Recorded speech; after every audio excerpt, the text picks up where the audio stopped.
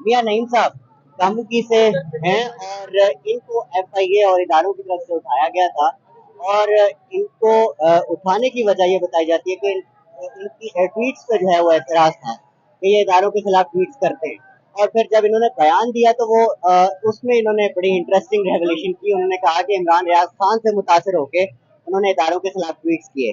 आज मियां नईम साहब दोबारा लॉन्ग मार्च पर मौजूद है और ये कह रहे हैं कि इस्लामाबाद तक जाएंगे। उन्होंने बैनर भी बड़ा इंटरेस्टिंग उठाया हुआ है लॉन्ग मार्च को, या तो खान खुद रोक सकता है या इलेक्शन का ऐलान। मियां नईम साहब, डर नहीं लगता आपको, आप दोबारा आ गए? नहीं, डरता तो नहीं हूँ मैं, लेकिन खान साहब के लिए जान भी हाजिर है।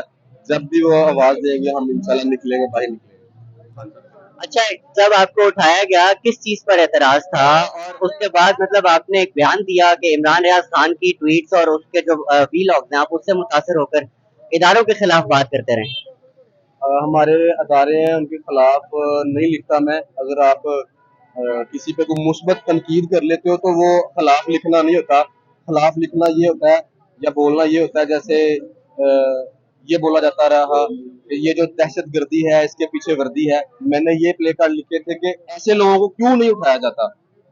हम लिखते नहीं खिलाफ। और अगर आपने आपने इस बयान के और ये जो एक नारा है इसके खिलाफ लिखी थी ट्वीट? जी जी, मैंने खिलाफ ही लिखी थी ये, लेकिन ये हमारे जो ऐसे ट्वीट्स होते हैं या हम ऐसी बात पे अगर बोल लेते हैं तो ये उनको अपने ऊपर ले लेते हैं। जैसे ये खान साहब की स्टोरी को अपने ऊपर फिट कर लेते हैं कि ये हमें ही बोला गया है। जैसे मीर जाफर और मीर सादर का बोल दिया गया। खान साहब तो छोटे गंजे को और बड़े गंजे को बोलते थे, ठीक है। तो उन्होंने तरदीद भी की इसकी कि मैं शबाज शरीफ और नवाज शरीफ को बोलता हूँ। तो हमारे जो बड़े हैं उन्होंने कहा कि नहीं ये हमें बोला। यार, आपको नहीं बोलते यार। आप फेवरेट हो हमारे, पाकिस्तान की शान हो जान हो पाकिस्तान की, आप क्यों अपने आप पे ले आते हैं? हम आपके खिलाफ नहीं बोलते। ये लोग फिसला देते हैं इनको कि भैया थानू कहन दिया जी।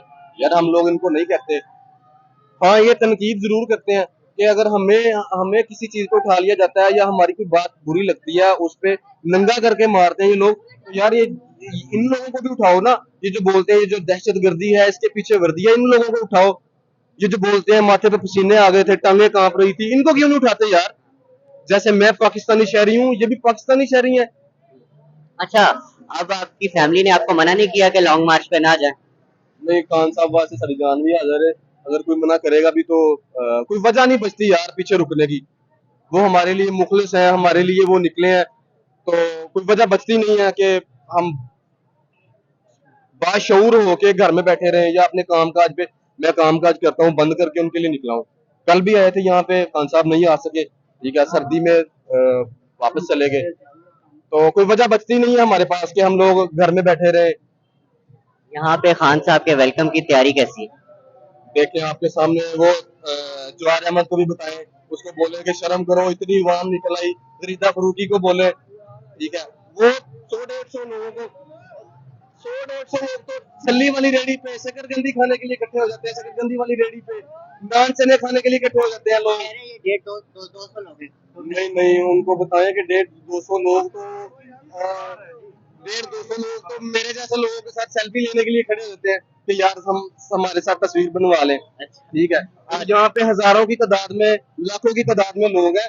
तो अगर इनको नजर नहीं आता तो हमारे गुजरांवाला में आईसीयू है यहाँ पे, तो हम उनको वहाँ पे इलाज करवा देते हैं, उनका वहाँ पे ले आते हैं।